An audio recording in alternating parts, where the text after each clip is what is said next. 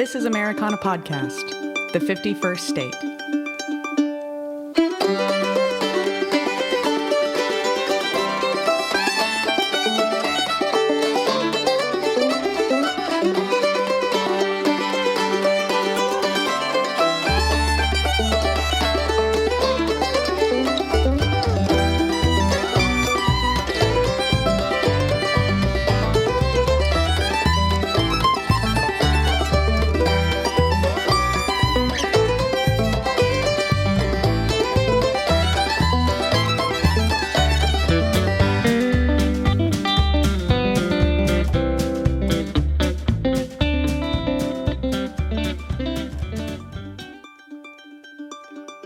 Longevity is something that is hard to come by in the music business.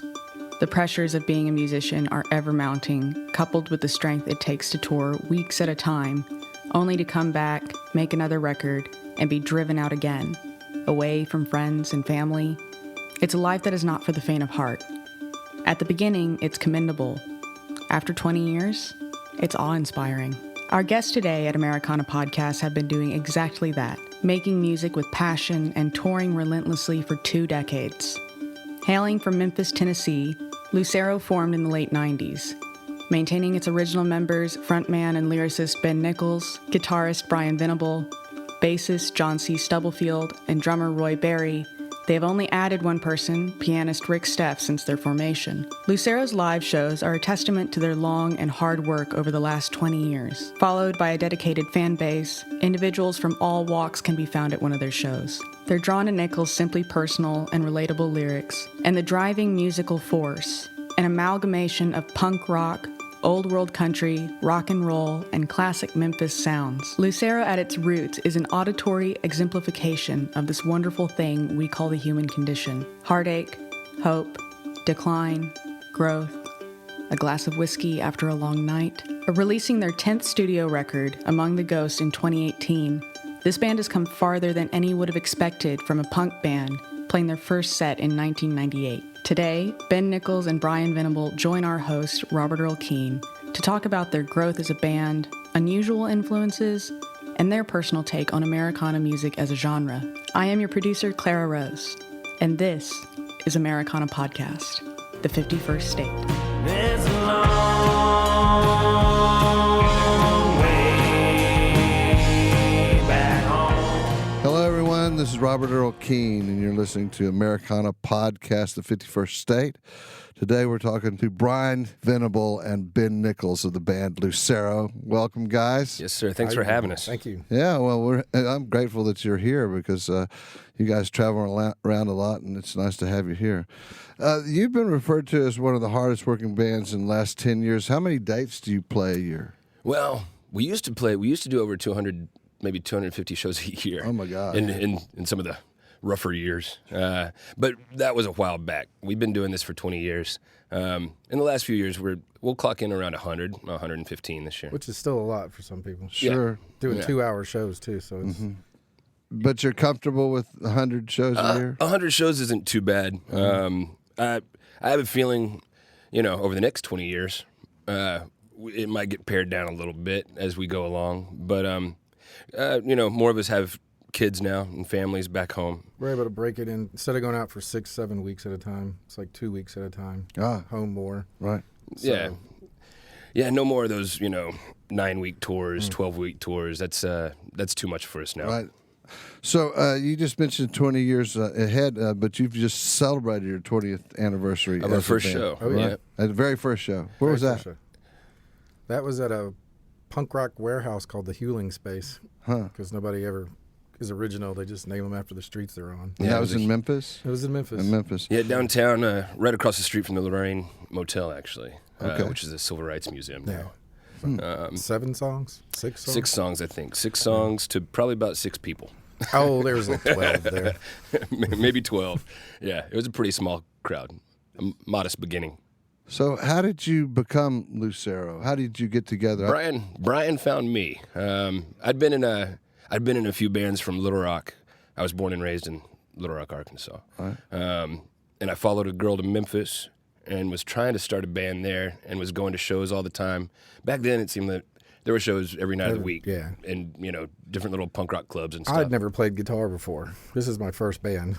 Really? And That's fascinating. What, did you just buy one and then say, I need a band? yeah, well, for years I'd joke with people and be like, I'm going to start a southern rock band, country band or whatever. And nobody would be like, yeah. And no, I bought Matt Bradley's guitar, and it was like a basement or something, some terrible rig, but I was like, okay.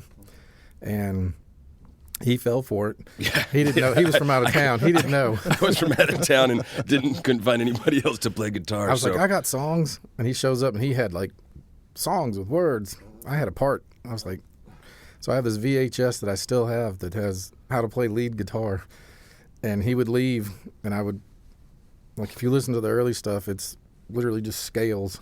Mm-hmm. And Jim Dickinson used to be like, it's crazy how you'll play a major scale over that minor chord. And I didn't know what that little M meant. I was just playing. So, but yeah, I had no clue. In the beginning, I was a Lucero guitar player. I knew 7 songs, then I knew 10 songs. So, yeah. So the two of you started Lucero. Were there bass and drums involved at that point? we tried. Well, pretty soon we found a couple of guys, but our first rhythm section lasted about 6 months. Mm-hmm. And I think they were gone even before the first show. They played the first 2 shows, and then it was just me and you and the violin player for a minute. For a long time, yep. And then we slowly pieced together the rest of the band. We found Roy, our drummer, Roy Berry. He came along from the coffee shop. We found him. The humor, we would record. My dad but he had an attic that he set up a studio. He's a musician, plays on Bill Street. And so he had this little homemade studio. He called it the Blues Attic. So we would go up there and we recorded us, and then we put the violin, and then as we got people. So Roy went on next, drums, and John went on last as bass, which is... Wow, the opposite way that most people record. We were still figuring stuff out. That was the attic tapes, to where it was just us. Yeah, a little cassette. Trying to get it on. Are those out there, or is that one of those things? We ended up putting it on CD later. Yeah. So you can get those. It's kind of our unofficial first album. It's the early years. Grown up with the Cowboy Junkies Trinity sessions, and I was like, you just stick a mic in the room and everybody plays around it, and not knowing how nice those mics probably were, and how there was probably more than the one, and the church didn't hurt either. So we did it individually, tracked everything individually, and then edited it together. But yeah, it's out there, and it sounds it's very raw, but very honest.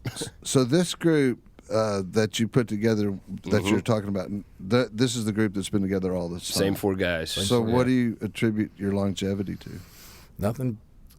What? Nothing better to do. They have nothing better to do. That's what he's trying to say. That's what he's trying to say. All of us. No, I just... no other skill sets, and no other job prospects. Nobody had to... There was no question that we'd, get a van and go on the road because, there was no careers to leave behind. There was no families at the time to leave behind. You hear people that bands of, like, huge bands, or you think are huge, that are doing so good, and then they kind of just fizzle out, and they're all graphic designers or something that whatever. Oh yeah, we don't have that problem. Oh yeah, no, nope.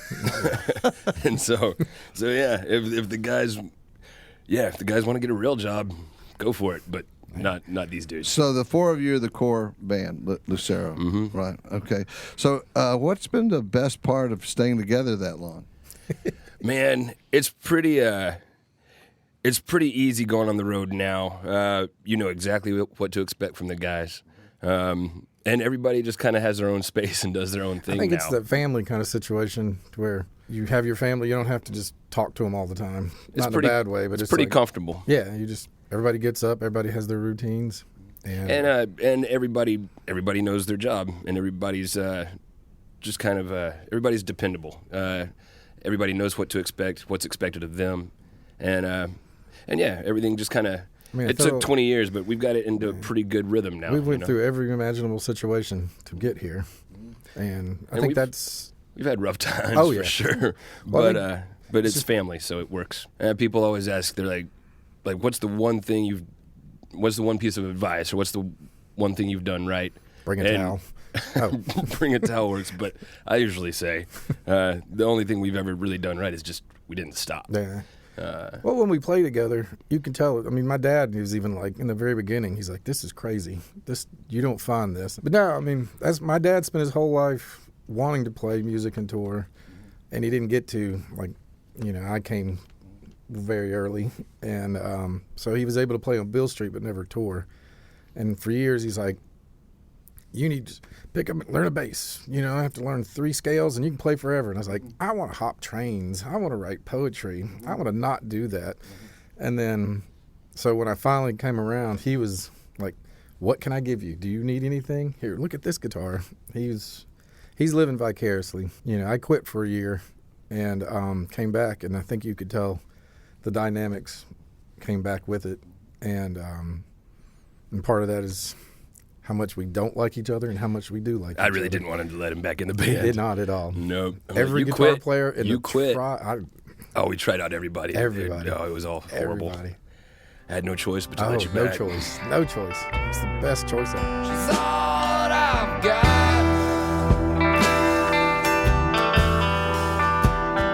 She's my best girl. She's got 6 strings and she knows all about these heartbreaking things. And on her eyes might not shine. She's always by my side.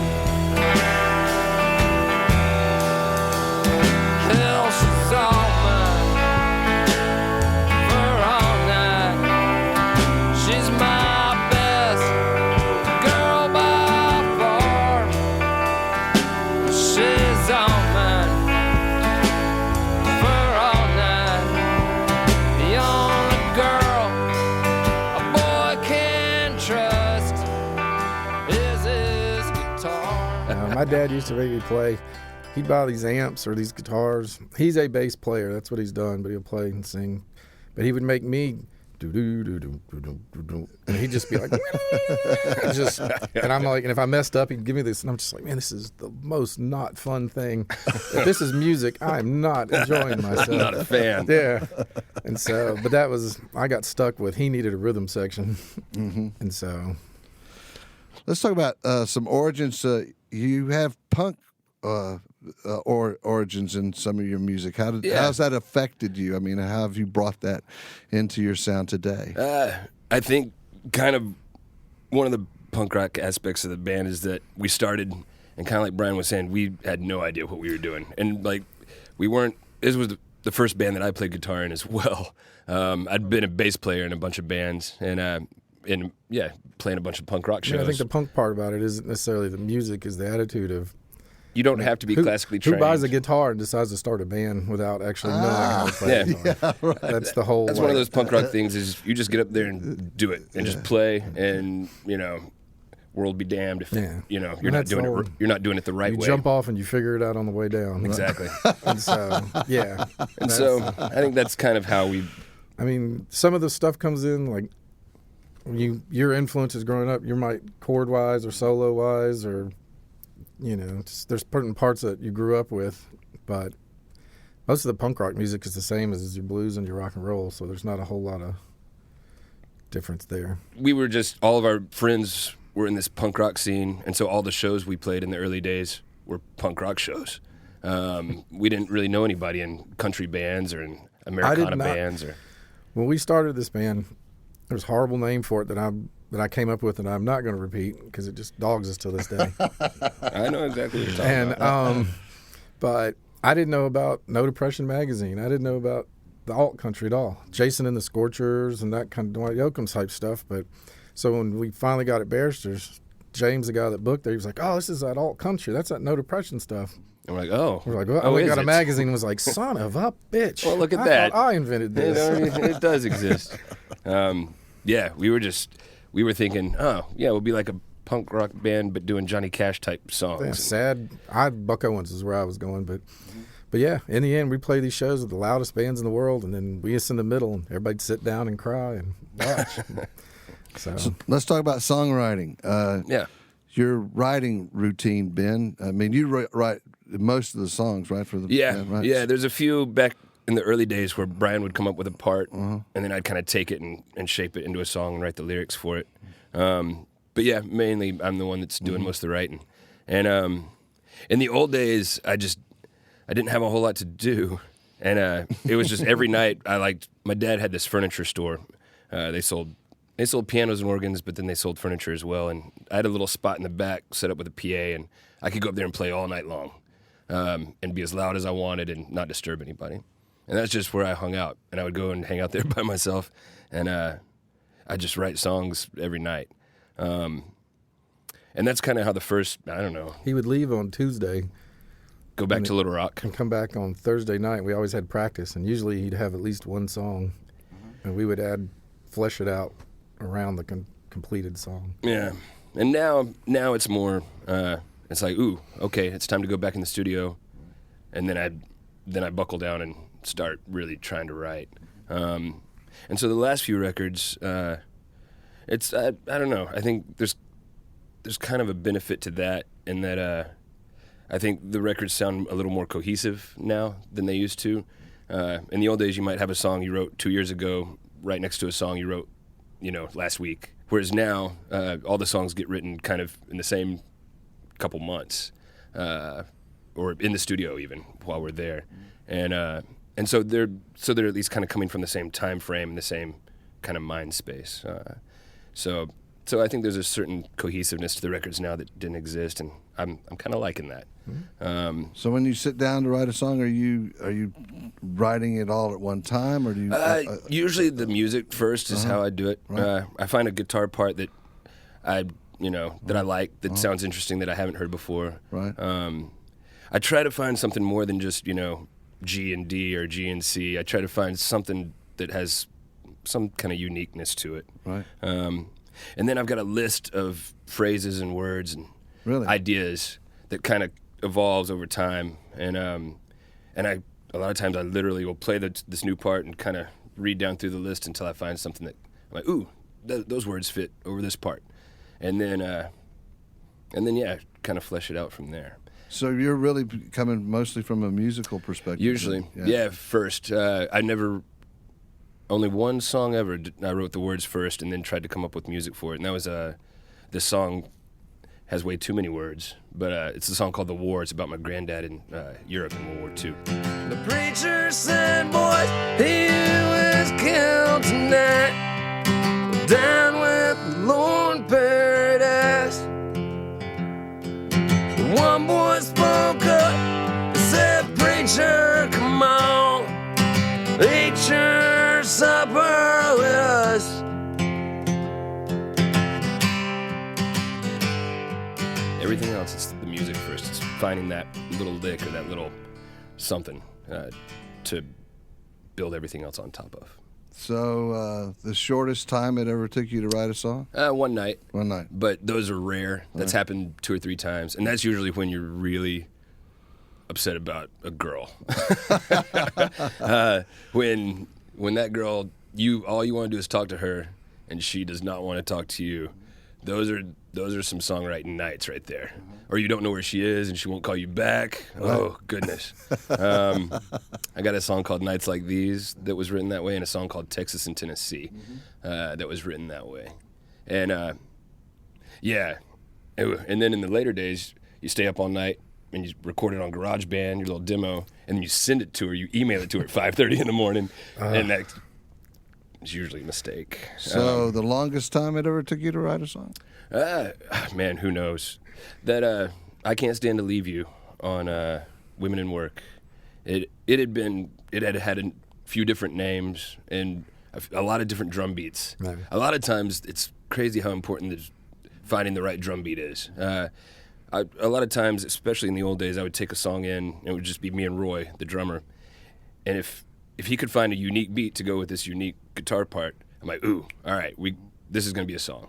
But yeah, if I can find a unique drum beat, then that usually means the song will So work. do you change a song after you've recorded it? Do you ever work with that? Well, they kind of evolve over time. If the more you play them live, and you kind of figure out, ooh, we can make this part really loud, and then do a stop right here, and then get quiet, and Sometimes they become more. So is that more of dynamic. a tweaking thing, or is that more a general? Probably more accidental, or okay. if you play it one way, Organic is the way. organic is the word we're looking for. Accidental, delete that, please. Nothing is an accident. Yeah. No, it's like No Roses, No More with the stops. Yeah. On the record, we never had the stops, but then at some point, somebody will do a stop. It wasn't all at once. It was just kind of somebody randomly did a stop, somebody followed them, and then within a year or so, there's stops in the song. And it just makes it kind of different and more fun to play live, and it's but yeah, There are that's off the some, first record. because like Ted Hutt on, was it 1372, where he heard we were going to do the old song, and then he heard Rick and Roy playing it. Mm-hmm. Are you talking about Goodbye Again? Goodbye Again. Like, that was an old song that we almost put on the first record, but we're going to save it for the second record, and it didn't fit on the second record. And we were reinvestigating it. And in downtime in the studio, Rick, Steph, and Roy Berry were just, they kind of turned it into this gospel. Our piano player and our drummer were playing it, and it gave it this whole different kind of a gospel spin. weird feel, and all of a sudden the producer was like, stop, put that on, turn the tape on, and that kind of all of a sudden reinvented that song. And that song's called Goodbye Again. It's on Goodbye Again. 1372 Overton Park. Before we get off of the songwriting, is there a certain type of song that you wish you'd written, or you wish you could write? The Road Goes On Forever. Oh. Yeah, I wish I could write that. That's that guitar part at the end that makes that song, right? Yeah. No, I mean, that's great, but I love that kind of storytelling. We used to drive around, me and him in his car, that truck Jeep thing you had, and we'd listen to it over and over. We'd always stop it right when the solo started. Because I wanted to go back and listen to the lyrics again. That's why you guys work together so well. Cantankerous. Yeah. But I think in the past, my songwriting's maybe been autobiographical to a fault. I would just write literally about what happened last night or last week, or and putting together a story like that without actually having lived it is, I don't know. That's something that's tougher for me. You got there kind of with Bike Riders. Yeah, I'm trying harder. And Among the Ghosts, this new record, actually, most of the songs aren't about me, right. and I'm kind of liking that. I'm trying to expand my, I'm just playing the same abilities. way. I'm good. You're fine. I peaked. You come and go just as you please. You're here if you got no one else. Your voice is soft and your eyes are sweet, but don't hold the love you once felt. You tried and I've tried, time after time. I've given you all that I can. Now I'm weak and I want you, but can't take the pain. So please say goodbye again. Say goodbye again. We're talking to Ben Nichols and Brian Venable about their songwriting and their music. They're in the band Lucero. Let's talk about your first self-titled album, Lucero. Yeah. That's we recorded that at the Zebra Ranch, which was what Jim Dickinson called the barn down there in Mississippi. Coldwater, yeah. In Coldwater, with Luther and Cody Dickinson. And folks might know them from the North Mississippi All-Stars. And they were kind of one of the bigger bands in town at the time. And our bass player had grown up with them. And so they knew us and would play some shows together here and there. And they're like, oh, come down to the barn, and we've got a real recording studio. Come record. I think Cody's idea was like, come down, do a 2-song demo. And we rolled in there, vocals off the floor, and cut 6 songs the first time. They were a little bit like, oh.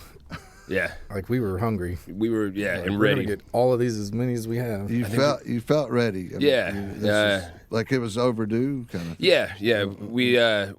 We'd just been writing songs every week, Right. and we had 15, 20 songs, and we'd been playing them live all the time. I mean, we would And so we just went in play there our and show. knocked them out. Then we would practice the whole set before our show, go down, play the show, pack up, and go play this other little coffee shop. 24-hour place. After our show. So we were playing 3 times a night sometimes. And we only had 20 songs. Or Yeah, that. so it maybe wasn't- 20 songs. Yeah.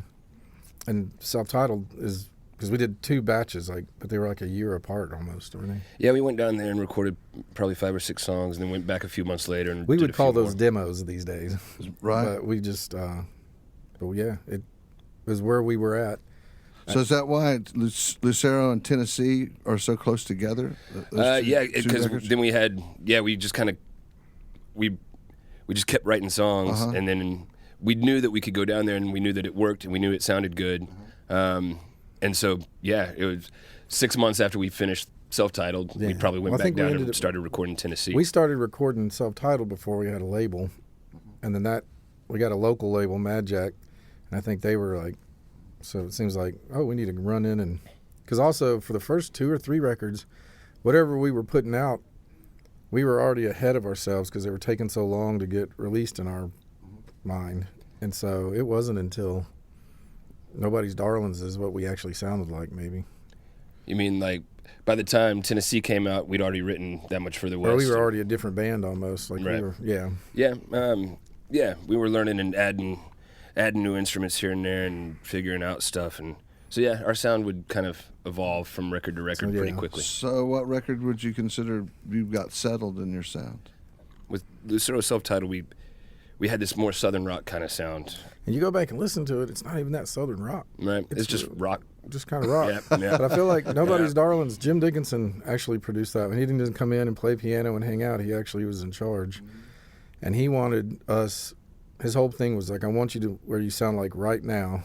And that's why. There were no overdubs. It was just Nope. 2 guitars, bass, drums, 1 vocal, and that's for the whole record. cut Yeah, live? he would. There was some overdubs, but There was no, there was no doubling up a guitar part or or adding a piano that wasn't there. Or Yeah. There wasn't any. So that was a pretty straightforward record.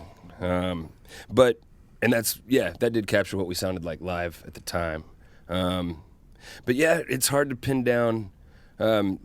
That first record, we felt like all right, this is the type of band we are. This is what we're gonna do. And then that sound kind of gradually changes from record to record. But there's a whole lot in common with this Among the Ghosts album. There's a lot in common between Among the Ghosts and that first record. I think we're still that same band. I think. A heart left alone sinks like a stone,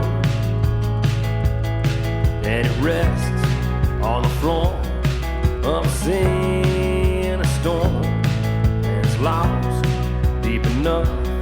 Winds rage above. I can feel the waves come down, crashing over me. I can feel the cold and dark at the bottom of the sea. Maybe there's a distant shore could wash upon a beach, but for now my heart stays here at the bottom of the sea.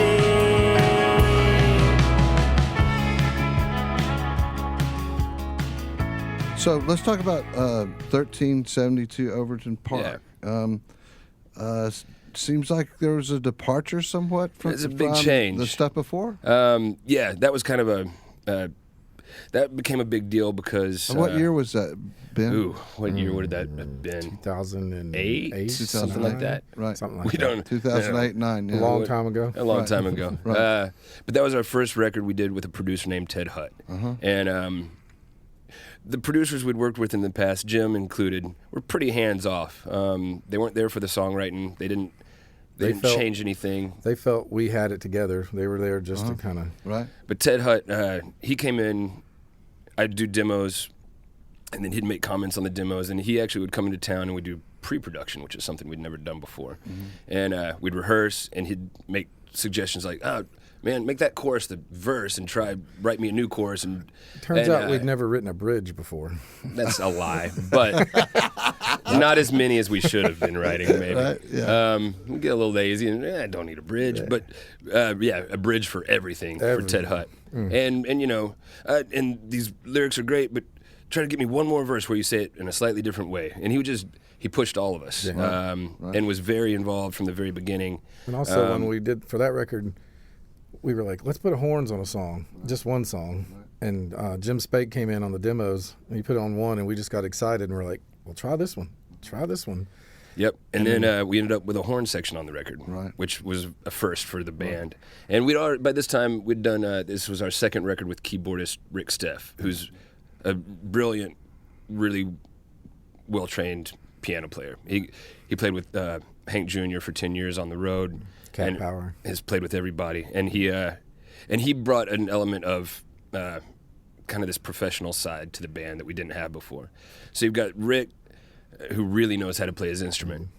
And you got Jim Spake, this great saxophone player. He played with Alex Chilton on the road for a while, and he's anybody that wants horns on their record in Memphis, he's kind of a go-to guy. So we got him and a few different trumpet players. And so we've got this whole kind of new palette of sounds. It kind of led us in an R&B. We were like, oh, if you put horns on that Johnny Cash song, it's just R&B. And everything kind of had Memphis soul. Yeah, kind of a Memphis sound to it. We talked to Ted, and he said that y'all were kind of moving that way. Was that a conscious decision? I think it was the fact that we kind of stumbled onto this horn player, and we had Rick in place already, and we're like, we didn't know that we could do that kind of thing until we were in the studio and heard it, and we're like, oh goodness, that's fun. Yeah. Let's do this more. When on the personal side, whatever you're listening to at the time will kind of infuse into what you wanted. Sure. And I think we had he's grown up with rock and roll and a little bit more R&B, but we all kind of discovered Stax again for real, like the box set, and we're like, ooh, this is local. We can do this. You anticipated my next question. My next question was were you aiming for Stax Records or an Elvis sound? So I think Elvis at at Stax Records. Elvis at Stax, yeah. Yeah, Elvis at Stax. Have you heard that record? That is a good record. It's a good record. I haven't heard it. It actually exists. Yeah. And that's kind of exactly what we were going for. It divided our fan base a little bit. There was folks that were like, this isn't the band I love. And then there were other people that this is the best record you've ever made. And it was a little divisive. So you did bring the Memphis sound forward after we did. 1372? The next record was called Women in Work. And even lyrically, I was wanting to shoot for lyrics that could have been written in the 50s or 60s, kind of a lighter Chuck Berry lyrics. Or I wanted to get away from, at the time, the kind of dark heartbreak, sad lyrics. Fun. We were looking for fun. It was a fun record to make, and they're fun songs to sing. Ted was like, we want them dancing. Yeah. And nobody's ever really danced before at Lucero Show. And that was fun to pursue for a little while. But yeah, now we've come back. We made All a Man Should Do is the third record with Ted. Yeah. And their songwriting was starting to shift actually back to a more acoustic guitar-based, quieter, sad songs type of a vibe. That would have been more of a Big Star Memphis as opposed to a Stax Memphis. Yeah. Right. So yeah, we had this kind of 3-record arc with Ted Hutt, and it was cool because we learned we could do a bunch of things that we never really thought we could. Yeah. So your studio experience is a real collaborative experience. I mean, with that, notwithstanding the hands-on producer guy, but as a band, you guys are like all, the songs all throwing in stuff for sure. All the time, I'll usually have the song pretty much done. It's got a verse and a chorus part and a bridge idea. But then I bring it to the guys, and depending on the part that Roy plays on the drums, or what Brian's doing with guitar, or even a bass line can affect it. And you're like, okay, wait, you're playing bass like that? No, okay, this changes everything. And then, the song's still the song, but how you approach it can, change in the studio. It takes that one song to kind of put a theme to the record, and once everybody's on board and excited about that theme, then everything's just kind of... Sure. All your parts get geared towards that, and that's what makes it fun, is to see what you can pull off. Yeah, and you never know exactly how it's going to end up. Well, hey, darling, do you gamble? 'cause I'm running the inside track, and I'm taking all that I can, and I'm never looking back. Now happily you should run with me for a while.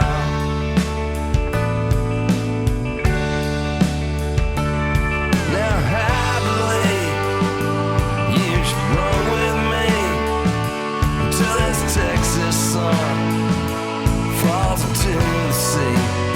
If I shed this skin of iron and this breath of kerosene, darling, would you take a chance on me?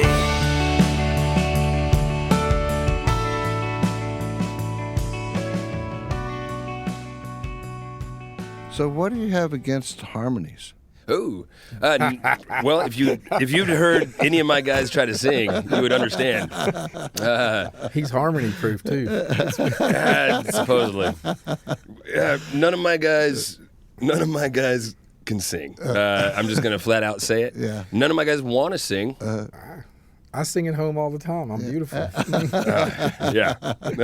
Alone. That was just never part of the band. Right. And we've put some backup singers on some songs here and there, but yeah, I'm not good at it myself. I don't, because I've never had a chance to practice. Right. So if you do have a guy like, I don't know, like we were on tour with Ryan Bingham for a little while, and he wants to come up and sing a song, and he's trying to do a harmony, and then I just start singing what he's singing because I can't do it. They literally had, for the All Stars record, Luther was saying they had to track him and then track him separately because you kept doing that. Yeah, I can't sing at the same time as somebody else. It's just not part of what I do. I understand that. Yeah, I just can't do it. It's hard enough for me to play guitar. Let me ask you about Last Pale Light in the West. Oh, Did you record this at the same time as 1372? Right around. They come out at the same time almost, Yeah, right? around the same time. I was trying to. There's this punk rock guy named Chuck Reagan who was doing this acoustic tour, and he invited me along, and I was trying to get the record done before this solo acoustic tour. I'd never really played solo very much, but this was a big tour. That was my first time on a tour bus. And that was like a 9-week tour, and I really wanted to go, and I really wanted to have some kind of solo project to sell. And so I'd written these songs based on this Cormac McCarthy novel, Blood Meridian. Right. And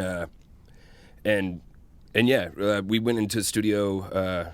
Where was that? Don.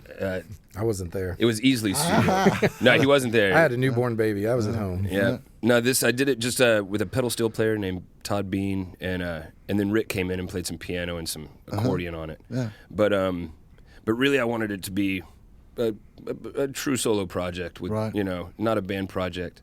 And all the songs were very specifically written about this book, so it was easy to kind of separate them from Lucero material. So the title track of Last Pale Light in the West is sort of reflective of an evening of redness in the West? Yeah, there's actually... people are supposed to get the idea there? Maybe. Yeah. And, I mean, it's obvious that all the song titles, except for that one, are character names from the book. Right. The Kid, the Judge, Toad Vine, Davy Brown. So it's pretty obvious where the songs are coming from. Right. But that line in particular, it's towards the very end of the book, and it's right before the kid walks into this saloon tavern thing where he meets the judge for the last time. But before he walks into the saloon, he's looking around and he looks outside of town and sees this last pale light, the fading sun. I missed that. It's not long. But that's where I was like, ooh, Last Pale Light in the West. I'm like, that's good. I'm stealing that. And then I stole a bunch of other stuff out of that book and pieced it together into songs. And why is the judge an instrumental? Well, the judge he's hard to define. Really hard to define. He's hard to pin down. Yeah, and absolutely. I think any words written about the judge wouldn't do him justice. So I love think that. It's totally cool. I love man, it. Yeah. that's a real answer. It's not an excuse. Yeah. And yeah, it just happened to work out that way. That we had this kind of moody instrumental thing at the end that was the judge. Yeah, I was real proud of that record. I was real happy with the way it turned out. But without you, there's nothing to keep me from falling too far.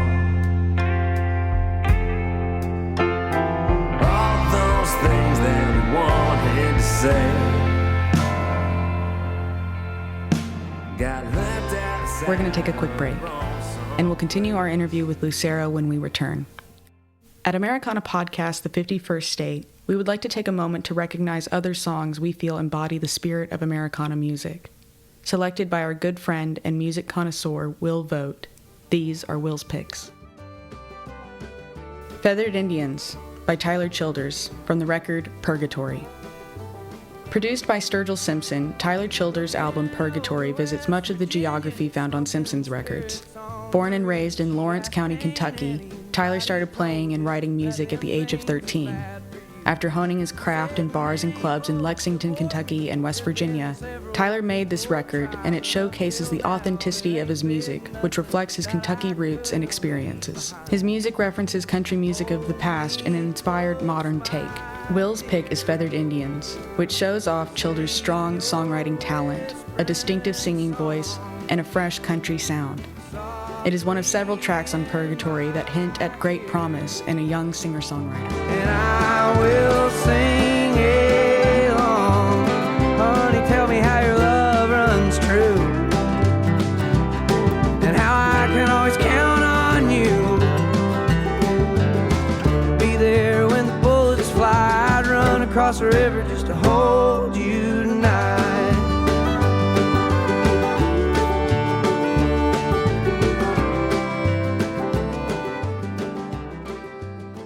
We're talking with Lucero band members Ben Nichols and Brian Venable today. Let's talk about your new album, the 10th studio album. Is that right? Correct? Something like that, if you count Attic Tapes as a studio. But that was really just a Tascam cassette recorder. Among the Ghosts. Yep, Among the Ghosts is the new one. And it's your first record on 30 Tigers? Yeah. How does yeah, it compare to the rest of the records? We went back to just a 5-piece, and we recorded it mainly live on the floor, kind of like the self-titled. And then, you'd go back and edit stuff and fix stuff and overdub some stuff here and there. We had also Matt Ross Spang instead of Ted. So we had a new producer, local kid. He's worked with engineered stuff with Jason Isabel and Margot Price and Lots of stuff, yeah. He's been real busy lately. Like a Dave Cobb? Yep, protege? He works with Dave Cobb a whole lot. Okay. Right. His engineer for the last number of years, I guess. Right. How was that? It was great. Yeah.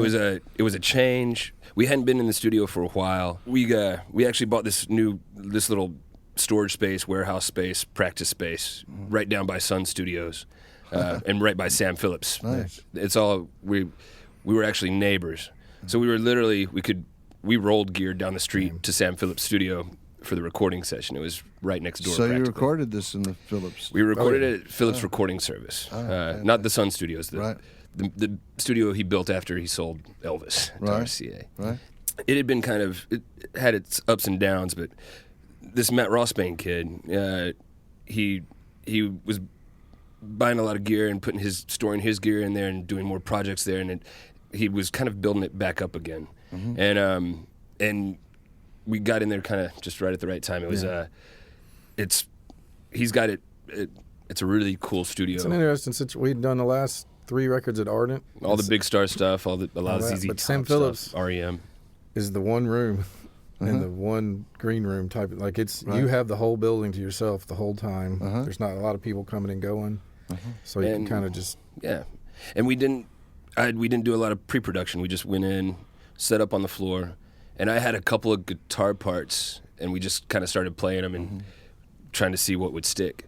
And Matt Rossbane was usually in the room with us, and he put in his 2 cents, and he's like, "Ooh, do that part twice as long, and then stop, and then change parts or whatever." He was kind of in between, is where we'd grown up with Jim or other producers, Dave Lowry, that didn't do really anything but kind of supervise, and then Ted, who was so into it, where he was able to hang out like one of us, and when we would run through some stuff. Matt Rossbane was a nice kind of in between. Yeah. And So it's a different type of record. It's not as produced as the last few.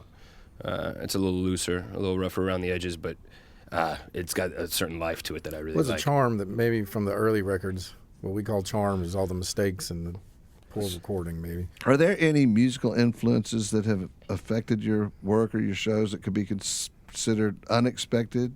For instance, like I understand you listen to opera. I just started. It's amazing. It's I'm still learning. Like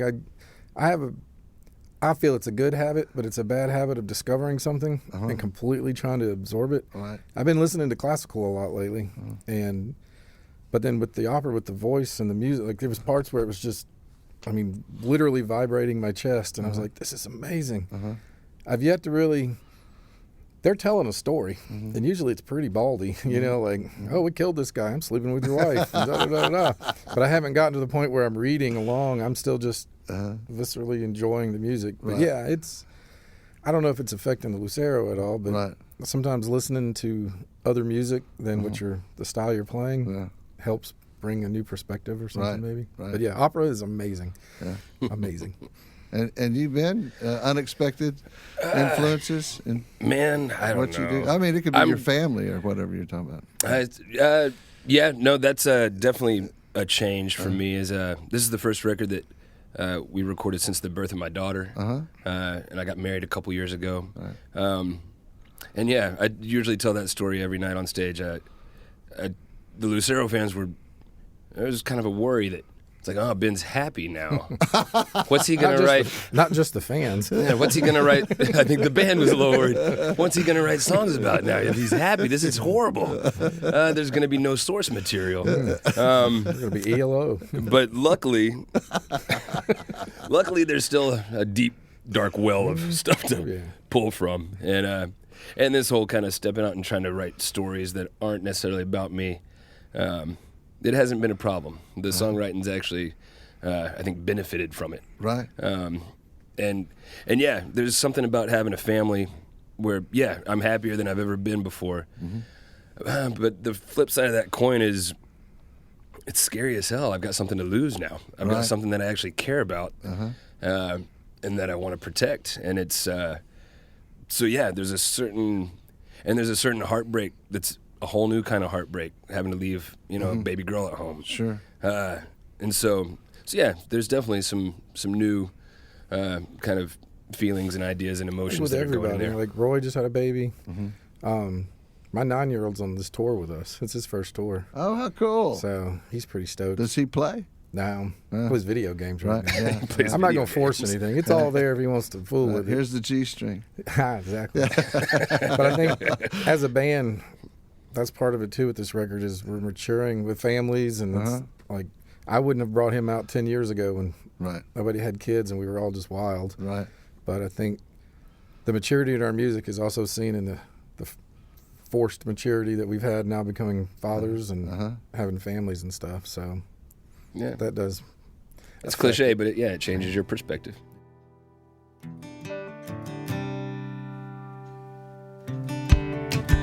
It was Texas, it was Tennessee. It was what I had coming to me. You were unlike anything before. Like magic devil killer, I was yours. It was the early days of rock and roll. It was Otis, it was Memphis soul. It was a plane crash, it was overnight. It was burning fast and burning bright. Baby, don't you talk no more. That look is loud enough. You don't have to tell me how it feels not to be in love. You see, that was my oldest game. Darling, it was my claim to fame. And I knew it when I met you. All that you would need was more than what I got. Oh, so baby, please just stop.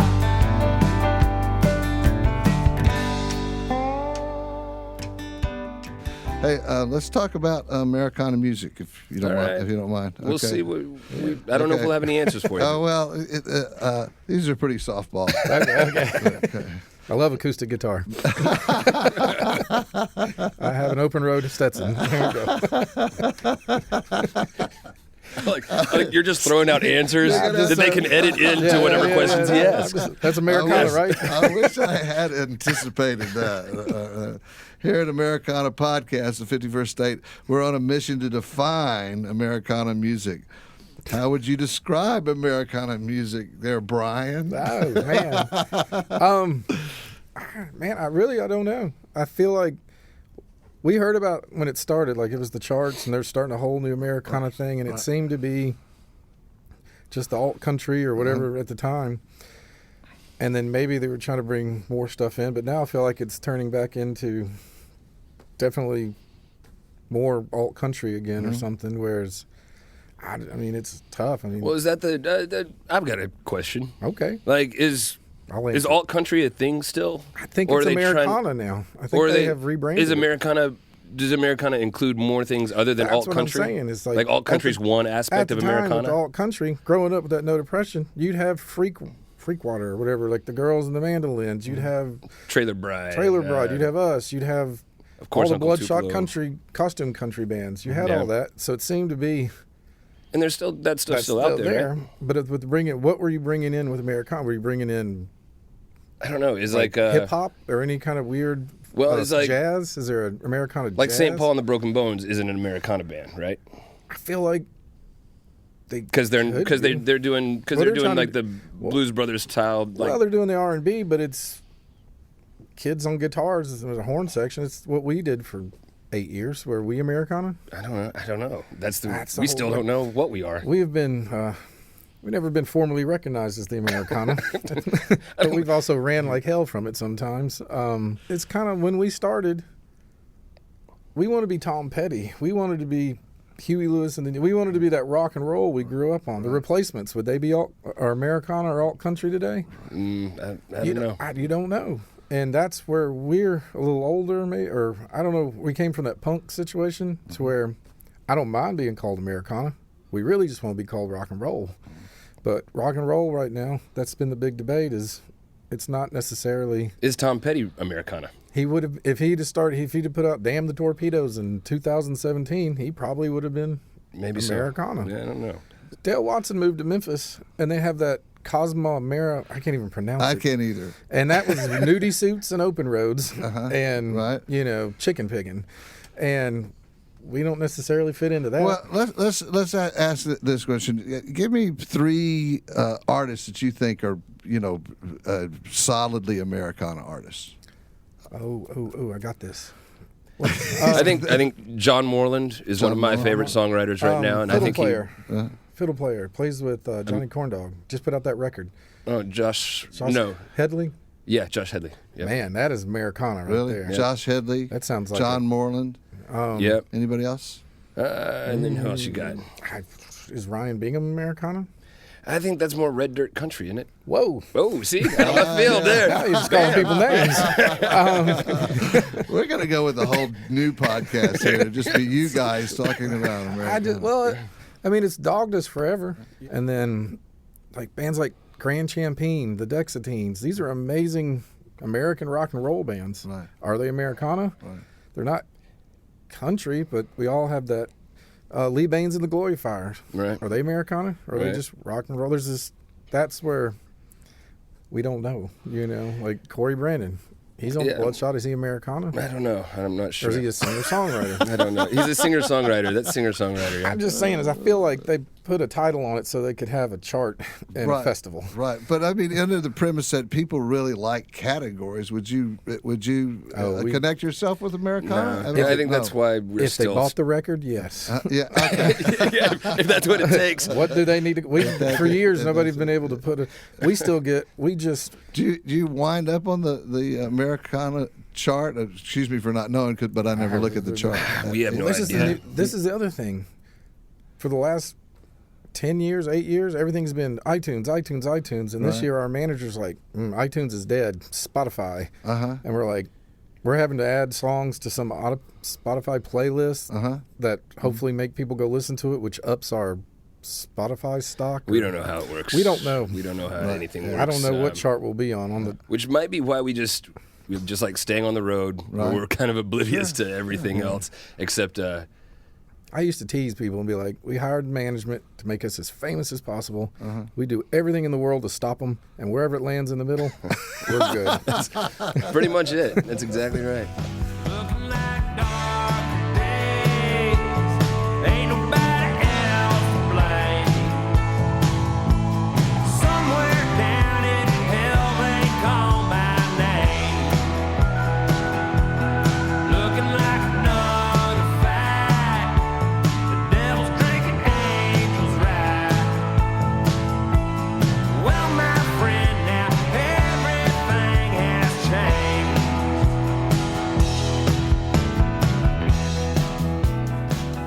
All right, I'm Robert Earl Keen. This is Americana Podcast, the 51st State. We're talking to Ben Nichols and Brian Venable of the band Lucero. Now we're going to move to the Lightning round. lightning round. Are you ready? Big money, no whammies. Huh? Okay, good deal, good deal. So, just before we start before we start the lightning round, let me just back to Americana music. Oh, man. In one word, Oh, no. describe Americana music. Well, all right.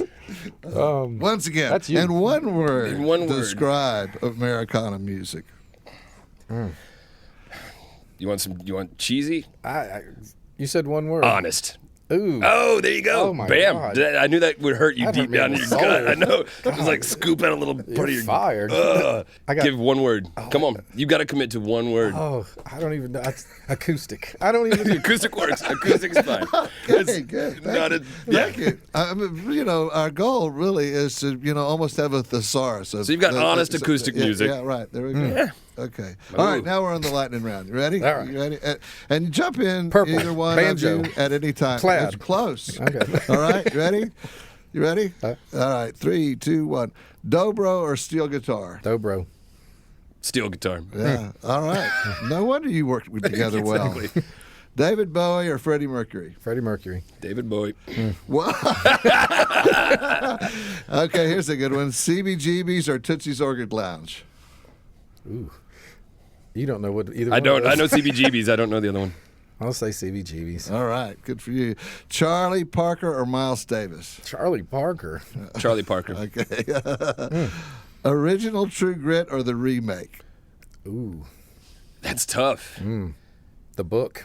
Oh, Oh, that's the all book right, is bam. good. There the you book go. is good. After the remake, I went and got the book, and I mean, the it's- remake it's is truer to the book, I think. It is. And that's an Arkansas author, isn't it? Yes, Charlie it is. Portis? Yeah, Portis, Charles Um, Portis. I got to go with the remake on that one. Yeah. Okay. Jack London or Ernest Hemingway? I've got to go. Jacqueline? I've got to go Ernest Hemingway just because I've read more of his stuff. I'll say Ernest Hemingway, too. The He's the judge. original missologist. Yeah. All right. The judge or the kid? Oh, I got to go with the kid because he stands up to the judge. I didn't like that book, so I got no dog in that fight. Okay. Okay. Stax Records or Motown? Oh, Stax. Stax. Okay. Game of Thrones or Breaking Bad? I got to go Game of Thrones. You know me. I mean, you want to hear some trivia? Sure. Game of Thrones? Yeah. He was reading the Game of Thrones books well before those shows came out, Mm-hmm. and then we were in the van, and I read whatever the first one he read through the one he was reading. Rebels, Rogues, and Sworn Brothers is titled after An appendix in the third book. where they named all that. So we named one of our records after that well before the show came out. Really? Everybody made fun of us, and then the show came out, and it became cool. Ah, way to go. I'm gonna say Game of Thrones just because I don't understand. 'Cause we've Breaking got- Bad didn't really do anything for me. No, I love Breaking Bad, but Game of Thrones is I haven't watched. I watched the first season and quit. gotcha. George Jones or Vern Gosdin? Do you know who Vern Gosdin is? Not enough. No.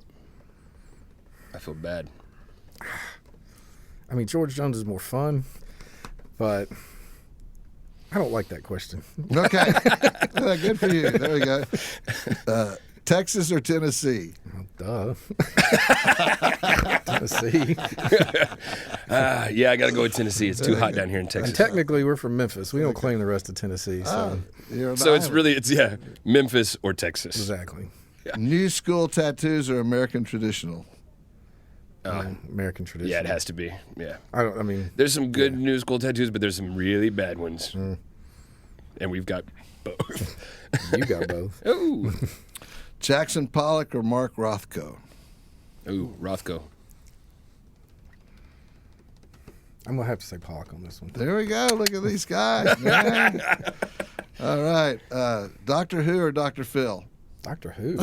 I'll go with Doctor Who on that one. I Yeah. got a Doctor All right. Let's see. Meet and greet or sharp stick in the eye? Sharp stick in the eye. Yep, I'm with you on Two that sharp too. sticks. All right. We're coming to the end, guys. We're coming to the end, guys. So here we go. So we have one more question here at Americana Podcast. We're looking for a better name for the B3. We think it's a great instrument and it deserves a more colorful name. What would be your suggestion? The whirly machine. That's kind of where I was going. Yeah. Like, well, what do you call the pedal steel? The squeedly D machine? Squeedly machine. Squeedly machine. Yeah. So, yeah. The sadness maker. Yeah. I'm going with you on that. The whirly machine. The whirly machine. Whirly machine, and we love that. Here at the Americana Podcast, we are now calling the B3 the Whirly Machine. My name is Robert Earl Keen. This is Americana Podcast, the 51st State. We've been talking to Lucero, Ben Nichols, and Brian Venable, and we are sure happy to have them here today. Thank you guys so much for coming in to the you Texas very much. Monthly Studios. Thank you, sir. Thank you so much.